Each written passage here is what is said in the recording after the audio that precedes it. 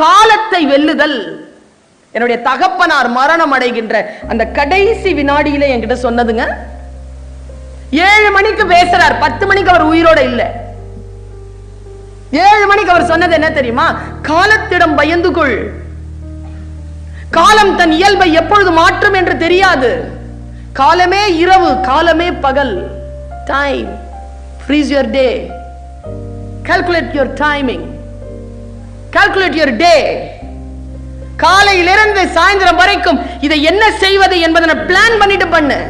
Minute to minute plan பண்ணு. ஏன்னா we have very limited days. இதோ இப்பதான் உட்கார்ந்து இருக்கிற மாதிரி இருந்தது. நானும் இந்த மாதிரி அவையில +2 படிச்சுக்கிட்டு டைம் இப்படி போயிடுச்சே இல்லையா? என் பிள்ளை அங்க படிச்சுட்டு உட்கார்ந்துட்டு இருக்கிறான். சார் சொன்னாரு, என் பிள்ளைகள், நான் யாருக்கெல்லாம் கிளாஸ் எடுத்தனோ அவர்கள் பிள்ளைகள் 10th ஸ்டாண்டர்ட் படிச்சிட்டு இருக்கு மேடம். காலம் ஓடிருச்சு மேடம். உங்க மாஸ்டர் சொன்னார், காலம் ஓடிரும் குழந்தைகளை. காலத்தை கடத்துவதற்கான எந்த முயற்சியிலும் நீ ஈடுபடாது, அது போயிரும்.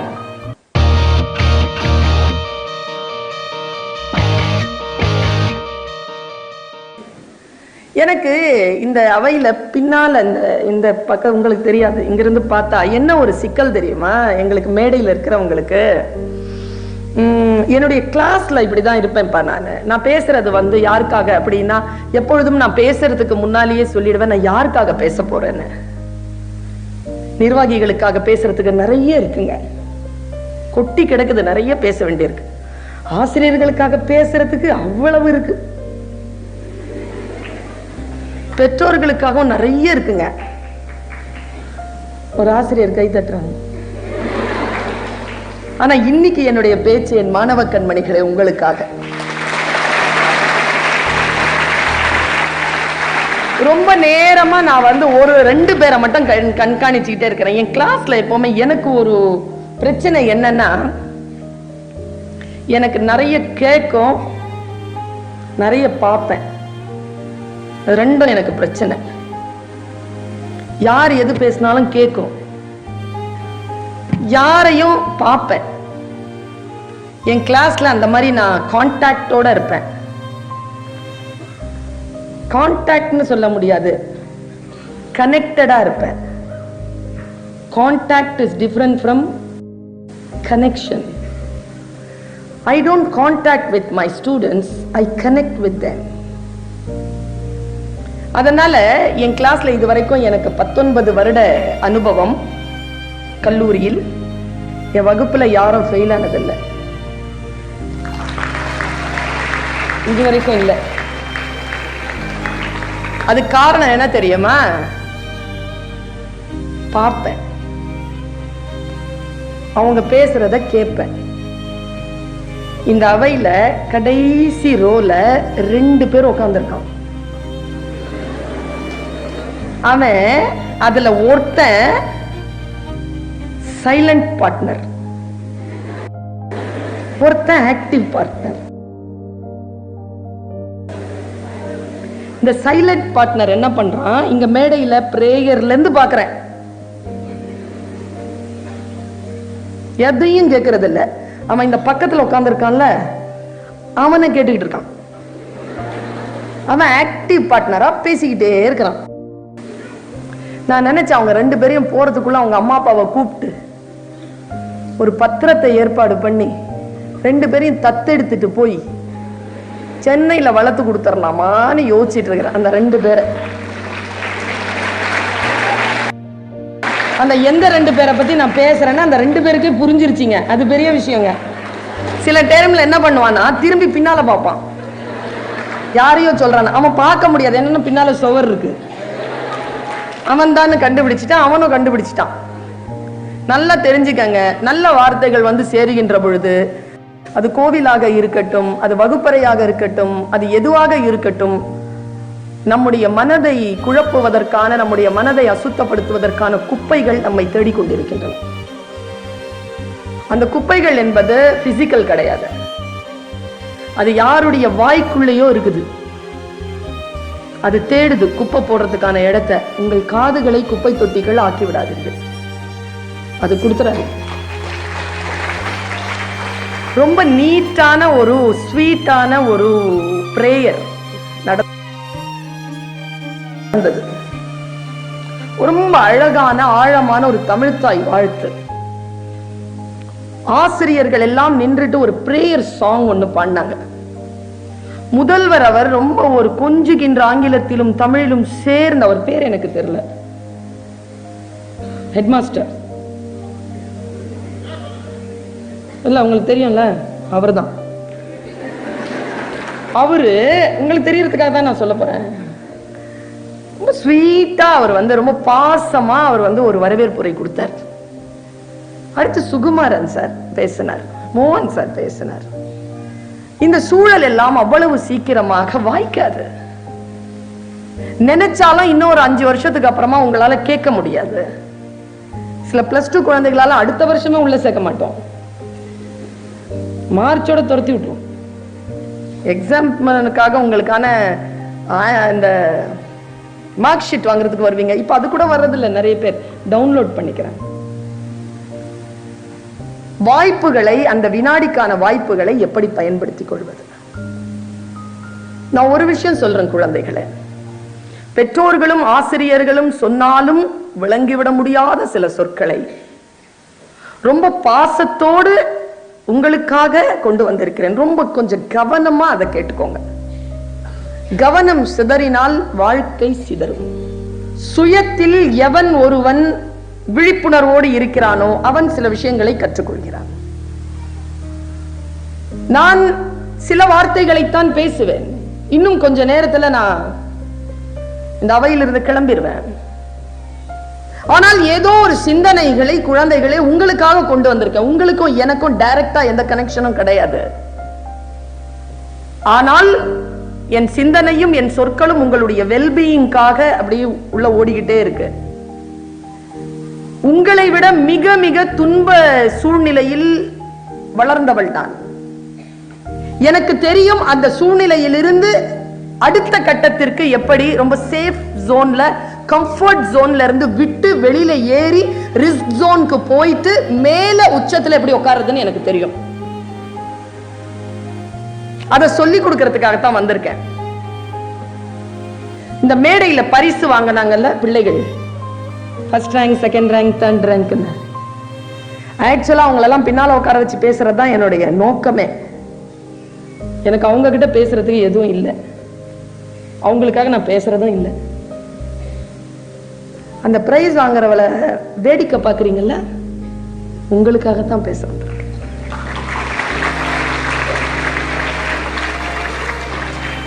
I am not interested in first rank holders.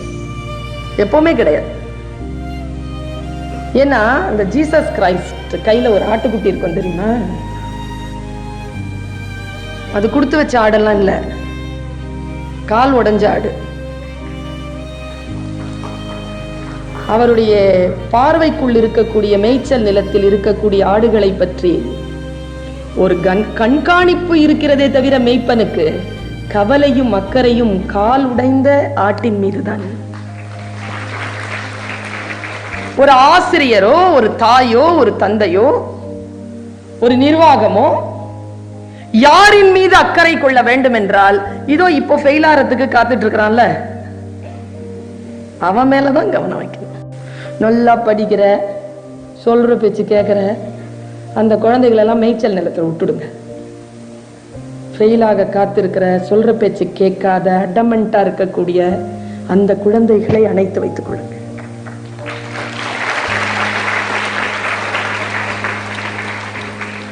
ஆனா இங்கெல்லாம் அந்த மாதிரி குழந்தைகள் கஷ்டம் கிடைக்கிறதுக்கு. இந்த மாதிரியான வாத்தியார் இருந்தா இப்படி கால் உடைஞ்ச குழந்தை கிடைக்கும். நல்ல பந்தய குதிரைகளைத்தான் உருவாக்கி கொண்டிருக்கிறார் சுகுமார். சுகுமாரை எனக்கு ஒரு 3 ஆண்டுகளாக தெரியும். அவருடைய அந்த ஒசூர் பள்ளிக்கூடத்தில் அவர் நடத்திய அந்த வெற்றிகளும் எனக்கு தெரியும், சாதனைகளும் எனக்கு தெரியும். இந்த பள்ளிக்கூடத்தில் அவர் காட்டிக் கொண்டிருக்கக்கூடிய சாதனைகளும் வெற்றிகளும் எனக்கு தெரியும். குழந்தைகளே, உங்கள எத்தனை பேருக்கு ஜெயிக்கணும்னு ஆசை? சும்மா இந்த ஆம்பளை பிள்ளைங்களுக்கு அவ்வளவு ஈகோ இருக்கக்கூடாது. ஜெயிக்கணும்னு ஆசை இருந்துச்சுன்னா கை தூக்கு.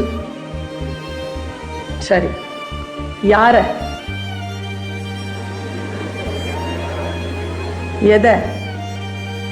எதை ஜெயிக்கிறது?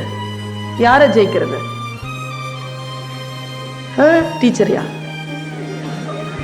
பெற்றோர்கள், உங்களுக்கு ஒரு விஷயம் தெரியுமா? ஒரு காலகட்டத்தில் நான் ஸ்கூல்ல படிக்கும்போது டீச்சர் ஸ்கூலுக்கு வரக்கூடாதுன்னு பிரேயர்லாம் பண்ணுவேன். 1 வீக் அவங்க வரக்கூடாதுன்னா அவங்களுக்கு என்னென்ன நடக்கணும்னு சொல்லிட்டு கடவுள்கிட்ட நான் பட்டியல் போட்டு லிஸ்ட் போடுவேன். அதுவே 1 மாசத்துக்கு வரக்கூடாதுன்னா என்னென்ன ஆகணும்லாம் நான் பேசியிருக்கேன் கடவுள்கிட்ட. இப்போ உங்களுக்கு தெரியுமா, டீச்சர்ஸ் நாங்க ப்ரே பண்றோம் இது கிளாஸ்க்கு வந்துடக்கூடாது. அவ்வளவு பயமா இருக்குங்க ஸ்டூடெண்ட்ஸை மெயின்டைன் பண்றது. எத்தனை பேருக்கு எல்லாருக்கும் ஜெயிக்கணும்னு ஆசை தானே தம்பி? ஜெயிக்கணும்னு ஆசை தானே? இந்த ஃபர்ஸ்ட் மார்க் வாங்குற குழந்தை இருக்கால, இந்த ஃபர்ஸ்ட் செகண்ட் தேர்டுன்னு வாங்கிட்டு போனாங்களே, எத்தனை பேர் கழுத்தே வலிச்சு போச்சு? எத்தனை பேர் வாங்கிட்டு போனாங்க? உங்க எத்தனை பேருக்கு இங்க ஃபர்ஸ்ட் ரேங்க் வாங்கணும்னு ஆசை? பெற்றோர்கள்லாம் கை தூக்க கூடாது. ஒருத்தன் கை தூக்கல பாருங்க. நான் உனக்கு சொல்லித்தரேன், இப்ப சொல்லித்தரேன். நான் teacher, I am fully qualified teacher. ஸ்கூல்லையும் டீச்சரா இருக்கலாம், காலேஜ்லயும் டீச்சரா இருக்கலாம். 2 குவாலிஃபிகேஷனும் வச்சிருக்கேன். MA B.Ed, UGC with PhD. I am eligible to be a PG teacher and I am eligible to be a lecturer and for the professorship. 4 குழந்தைகளுக்கு guideship பண்ணிட்டு இருக்கேன். எனக்கு பர்சனலா as a teacher நான் உங்ககிட்ட சொல்றேன், எனக்கு ஃபர்ஸ்ட் மார்க் வாங்குற பிள்ளையே பிடிக்காது.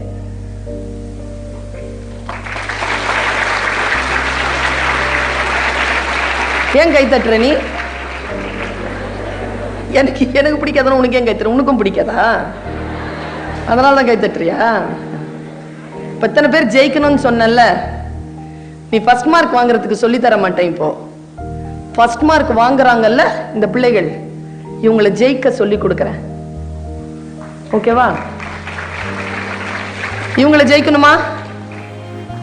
இவங்கள நான் ஃபர்ஸ்ட் மார்க் வாங்கலாம் உன்னை சொல்ல மாட்டேன், அதெல்லாம் முடியாது நம்மளால, அதெல்லாம் வேணாம். இவங்களை ஜெயிக்கணுமா? ஆமாவா? You are with me?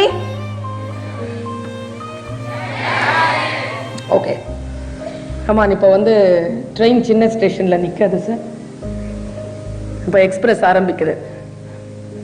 First mark வாங்குற பொண்ணை பையனை இன்னில இருந்து கவனிக்க ஆரம்பி. பாரு, நீ பாக்குறது தெரியக்கூடாது.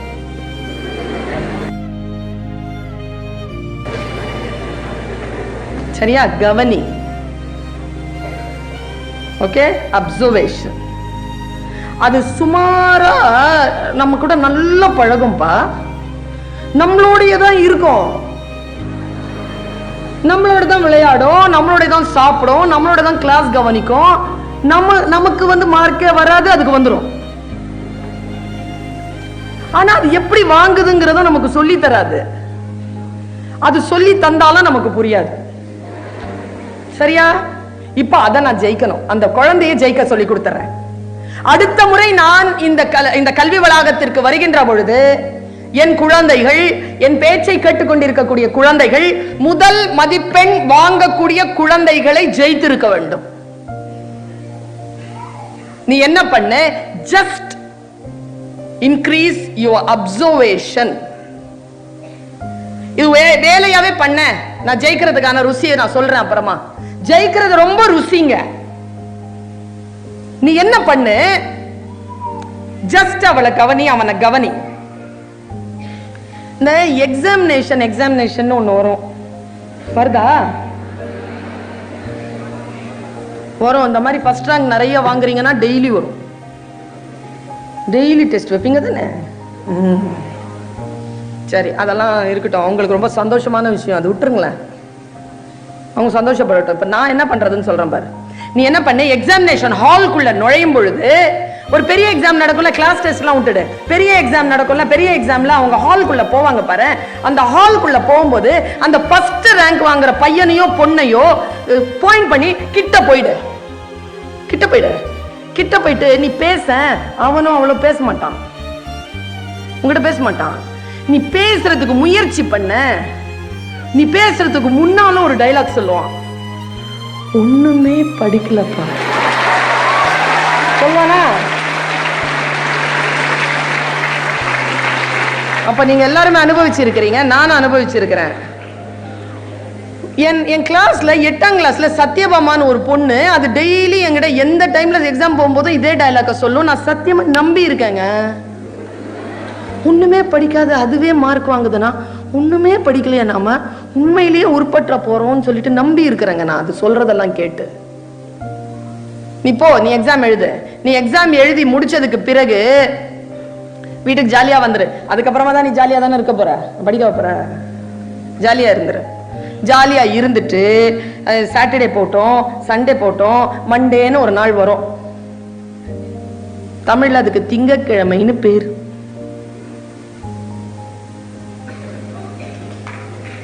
சரியா? திங்கட்கிழமை வரும்ல காலையில. நீ என்ன பண்ணு, போ கிளாஸ்ல போய் உட்கார. அன்னைக்கு மட்டும் எல்லா டீச்சரும் ரொம்ப அலர்ட்டா இருப்பாங்க, பயங்கர அலர்ட்டா இருக்கும். அவங்க நடந்து வரதே காரிடர்ல கேட்கும். நீ உன் கிளாஸ்ல உன்னோட டெஸ்க்ல உட்காந்துருப்ப, டக் டக் டக் டக்னு வருவாங்கல்ல. வந்த உடனே அவங்க கையில ஒரு விஷயம் இருக்கும், அதான் நீ எழுத ஆன்சர் ஷீட் திருத்தி கொண்டு வரும். அது உள்ள வந்து அவங்க உட்காரும் பொழுதே அப்படி ஒண்ணு உட்காரும். நான் உண்மையா சொல்றேங்க, கொஸ்டின் பேப்பர் பாக்குறது கூட அவ்வளவு பயமா இருக்காதுங்க. நம்ம எழுதுன திருத்துன ஆன்சர் ஷீட்டை பார்த்தா ஈரல்ல பிடிக்கும் குப்புன்னு. அதை பார்த்து பார்த்து இதெல்லாம் நமக்கு சகஜம் தானப்பா, பார்த்து வச்சுக்கோ. நான் ஜெயிக்கிறத சொல்லி கொடுத்துட்டு இருக்கிறேன். உட்கார். நல்ல டீச்சரா இருந்தா அட்டெண்டன்ஸ் முடிச்சிட்டு பேரை வாசிச்சு வாசிச்சு பேப்பரை கொடுக்கும். என்ன மாதிரி டீச்சரா இருந்தா பேரை வாசிச்சு மார்க்க சொல்லி பேப்பரை கொடுக்கும். பேரை வாசி மார்க்க வாசிக்கும், பேரை வாசி மார்க்க வாசிக்கும், பேரை வாசி மார்க்க வாசிக்கும். வாசிப்பாங்களா? அப்போ இந்த ஃபர்ஸ்ட் ஒண்ணுமே படிக்கலப்பான்னால அது 98 வாங்கியிருக்கும். ஃபர்ஸ்ட் ரேங்க், கிளாஸ்ல ஃபர்ஸ்ட் மார்க் யாருன்னு சொல்லுங்க. அப்படிமா நம்ம எல்லா பேர் தெரியும் தானே. எல்லாரும் அந்த பேரை மானம், வெக்கம், சூடு, சொரணை எதுவும் இல்லாம எல்லாம் அந்த பேரை தான் கத்தும். கத்துன உடனே அவனா அவளை எந்திரிச்சு நிப்பாங்களா. நீ என்ன பண்ணு, அவனை பாரு, அவனை பாத்துக்க பாரு. அவன் என்ன பண்ணுவான், வந்து பேப்பரை வாங்க மாட்டேன் தானே, வாங்க மாட்டான். இன்னும் கொஞ்சம் கை தட்டட்டும் நிப்பான். வந்து அந்த பேப்பரை வாங்கிட்டு அவன் போயிட்டு பேப்பரை பார்த்துட்டு மறுபடியும் அவங்க கிட்ட கொடுத்துருவாங்க. பேப்பர் கொடுத்துருவான், பேப்பரை வாங்கிட்டு பேப்பரை கொடுத்துருவான். பேப்பரை வாங்கி வச்சுப்பாங்க. இப்ப நம்ம பேரை கூப்பிடுவாங்க, வா என்ன மார்க் இது, எவ்வளவு மார்க் வாங்கியிருப்பேன்னு நினைக்கிறேன், சுமாரா சொல்ல. எவ்வளவு சார்? கடை கோடி பிள்ளைய சொல்லுங்க, என் பிள்ளைய சொல்லுங்க, எவ்வளவு மார்க் வாங்கியிருப்பா? The last child எவ்வளவு வாங்கியிருப்பாப்பா? 30. அவ்வளவா வாங்கியிருப்பியா? 30 பார்த்து ஒன்றும் பிரச்சனை இல்லை. இந்த 30 வாங்குறதுக்காக தான் பேசிட்டு இருக்கேன் நான். அடுத்த குழந்தை கொஞ்சம் அவேர்னஸா இருந்தா என்னுடைய பேச்சு கையில துணை பிடிச்சிட்டே வா. 30 வாங்கியிருப்பல்ல, வா. வந்த உடனே கையில வாங்கிடு, இதெல்லாம் ஒரு மார்க்கு அப்படின்னு சொல்லுவாங்கல்ல, அந்த வாயை பார்த்துக்கோ. அப்சர்வேஷன் சொல்லிட்டு இருக்கிறேன் நான், ஜெயிக்கிறதுக்கான ஸ்ட்ராட்டஜி சொல்லிட்டு இருக்கேன். அந்த வாயை பார்த்துக்கோ, இதான் மார்க் அப்படின்னு அந்த 98 காட்டுவாங்க. வெக்கப்படாத, பாரு. சுமாரா தான் எழுதுவாங்க இவங்க எல்லாம், டீச்சர்ஸ்லாம். ஹேண்ட் ரைட்டிங்லாம் சுமாரா தானே மேடம் மாதிரி சும்மா. ஆனா அந்த 98 போடும்போது மட்டும் எவ்வளோ அழகா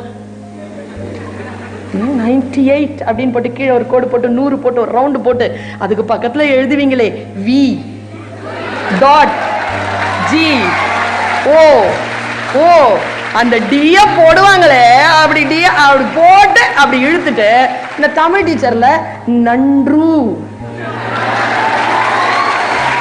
போட்டு அந்த ரூ இருக்குல்ல அப்படி போயிட்டு அப்படி மடிஞ்சு அப்படி வந்து நிக்கும். கீழே ஒரு கோடு போட்டு 2 டாட் வச்சிருப்பாங்க. பாத்துக்கோ, நல்லா பாரு. அந்த 98 பாரு, அந்த நன்றுவை பாரு. மைண்ட்ல போட்டோகிராபிக்கல் மெமரி வாங்கிக்கோ. உன் பேப்பரை பாரு, 30 அது சுமாரா தான் போட்டிருப்பாங்க. கொடுத்துரு, போய் உக்காந்துக்கோ, வீட்டுக்கு போ. 98 வாங்கணும்லாம் யோசிக்காத. உண்மையா சொல்ற, கான்சென்ட்ரேஷனோட கேளு. 98க்கு முயற்சி பண்ணாத. 30 இருக்குல்ல, அதை மைண்ட்ல வச்சுக்கோ. அடுத்த நாள் தான் டெஸ்ட் இருக்குல்ல, அந்த 30 மைண்ட்ல வச்சுக்கிட்டு 30 நான் தாண்டணும். 30 32 அவ்வளவுதான். 30 32 32 அவ்வளவுதான். நிறைய இல்ல, படிச்சிரு. 30 தாண்டணும் எனக்கு, அவ்வளவுதான். எனக்கு 30 தாண்டணும். 98 எல்லாம் போறதில்ல, 30 தாண்டணும். இது இல்ல என் மார்க், என்னால முடியும். Little more bend is called yoga. Little more bend, அவ்வளவுதான். 32 நீ வாங்கிட்டேன்னு வச்சுக்கேன், இப்பவுமே அதே அவமானம் தான். அப்படியேதான் கூப்பிடுவாங்க, இதான் மார்க்குன்னு சொல்லுவாங்க. பரவாயில்ல, நீ 32 பாரு. அந்த பேப்பரை பாரு, ஒருவேளை வான்னு சொல்லிட்டு உன் காட்டுவாங்கல்ல பேப்பர், அந்த பேப்பரை பாரு. ஒருவேளை அவன் 96 வாங்கியிருந்தா அப்ப கூட அவன் தான் கிளாஸ் ஃபர்ஸ்ட். ஆனா as a teacher நான் சொல்றேன், அவன் தோக்குறான், நீ ஜெயிக்கிற. இவ்வளவுதான். இதுதான் strategy. progress, show your progress. 30ல இருந்து 32க்கு போ, 32ல இருந்து 36க்கு போ, 36ல இருந்து 40க்கு போ. No one can stop you from this progress because you have decided yourself that I am going to win. அவ்வளவுதான். ஃபர்ஸ்ட் மார்க் வாங்குறவெல்லாம் உண்மையெல்லாம் சொல்றேன்ப்பா, அவங்க தான் வாழ்க்கையில ஜெயிச்சு கொடி கட்டி பறந்து பட்டொலி வீசி பறக்குறாங்கலாம் கிடையாது. எவன் ஒருத்தன் ப்ரோக்ரஸ் காட்டிக்கிட்டே இருக்கிறானோ அவன் தான் ஜெயிக்கிறான், அவன் தான் ஜெயிக்கிறான். இப்ப என்னுடைய ஒரு ஸ்பீச்சை கேக்குறீங்க, எனக்கு எப்பொழுது புகழ் வரும்? ஒரு ஸ்பீச் நான் நல்லா பேசிட்டேன், முடிஞ்சிருச்சா? இல்ல, என்னுடைய அடுத்த ஸ்பீச்ல I should show my progress. அடுத்த அடுத்த அடுத்த அடுத்த ப்ரோக்ரஸ் இருக்குல்ல, அதுதான் முக்கியம். You never quit. இந்த உலகத்துல பிறந்துட்டோம்ல, ஹாப்பி பர்த்டேன்னு போய் சாக்லேட் கொடுக்கறோம்ல, எதுக்கு நீ கொடுக்கற சாக்லேட்? என்ன பண்ண நீ? உங்க அம்மாவுக்கு கொடு, செத்து பொழைச்சிருக்க இன்னைக்கு உனக்காக. அவங்கள பாரு, ஆக்சுவலி அவங்களுக்கு தான் பர்த்டே அன்னைக்கு, அவங்களுக்கு தான் பர்த்டே. அவங்க தான் செத்து பொழைச்சாங்க. இந்த அப்பா அம்மார்கள்லாம் இருக்கிறீங்களா, உங்க பிள்ளைக்கு நல்ல ட்ரெஸ் வாங்கி கொடுக்காதீங்க இன்னைக்கு, உங்க வைஃபுக்கு வாங்கி கொடுங்க. எப்பா ஹாப்பி பர்த்டேப்பான்னு சொல்லுங்க. கொஞ்சம் பெர்ஸ்பெக்டிவ மாத்துங்களேன். வாழ்க்கை ரொம்ப அழகானது. ஒருத்தன் வந்து நின்னுட்டு இருந்தான், பையன் சொன்னா, அப்பா யார் அதுன்னு. அப்பா குப்பைக்காரன்பா, குப்பை போடணும்பா. அப்பா சொன்னார், டேய், நம் குப்பையை சுத்தம் செய்ய வந்த சுத்தக்காரர் அவர். அவருக்கு குப்பை போடுகின்ற நாம் தான் குப்பைக்காரர். அவன் எப்படி குப்பைக்காரன் ஆனா? அறம், அறம் சார்ந்த சிந்தனை. குழந்தைகளை never never never compare your children with anybody. There is a greatest insult for oneself to compare yourself with another one. Hitler சொல்றாங்க இத. என்கிட்ட சொல்லுவாங்க, உங்களை மாதிரியே பேச்சாளரா என் குழந்தை ஆகணும். ஏன் ஆகணும்? நான் தான் இருக்கிறேன்ல என்ன மாதிரி. உங்க குழந்தை உங்களை மாதிரி வரட்டுமே. போலிகளும் ரெப்ளிகாவும் வேணாம் நமக்கு. இறைவன் பூமியில் குப்பைகளை எறிவதே இல்லை. நாம் எல்லோரும் இண்டிவிஜுவல்.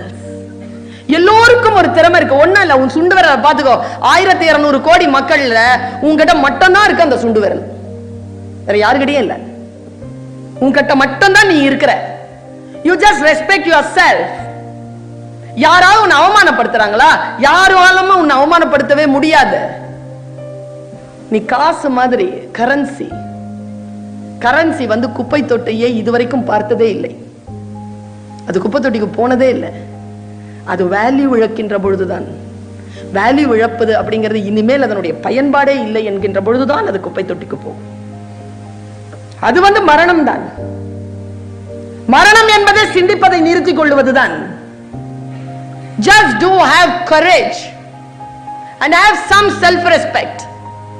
ஏதாவது ஒரு வாய், எனக்கு நம்பிக்கை இருக்கு, டீச்சர்ஸ்ல ரொம்ப சில பேர் தான், பெற்றோர்களில் ரொம்ப சில பேர் தான் தன் குழந்தைக்கு முழுமையான மரியாதையை கொடுக்கிறார். They disrespect.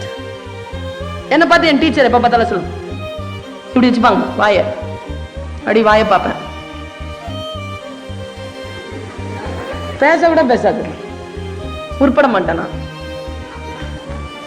எந்த வாய் சொல்லிச்ச உருப்பட மாட்டேன்னு சொல்லிட்டு, எந்த பள்ளிக்கூடத்திற்குள்ள உள்ள நுழையறதுக்கு என்னுடைய அம்மா இப்படி நின்றுட்டு இருந்தாங்களோ, அதே பள்ளிக்கூடத்திற்கு சென்ற செப்டம்பர் மாதம் 5ஆம் தேதி ஆசிரியர் தினத்திற்காக சீஃப் கெஸ்டா போய் உட்கார்ந்த. குழந்தைகளே, உங்களை ஒரு விஷயம் சொல்றேன், யாரேனும் நம்மை அவமானப்படுத்துகிறார்களா,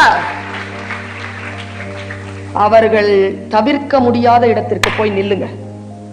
அவர்கள் நம்மளை தவிர்க்கவே கூடாது, அந்த இடத்துல போய் நிக்கணும்.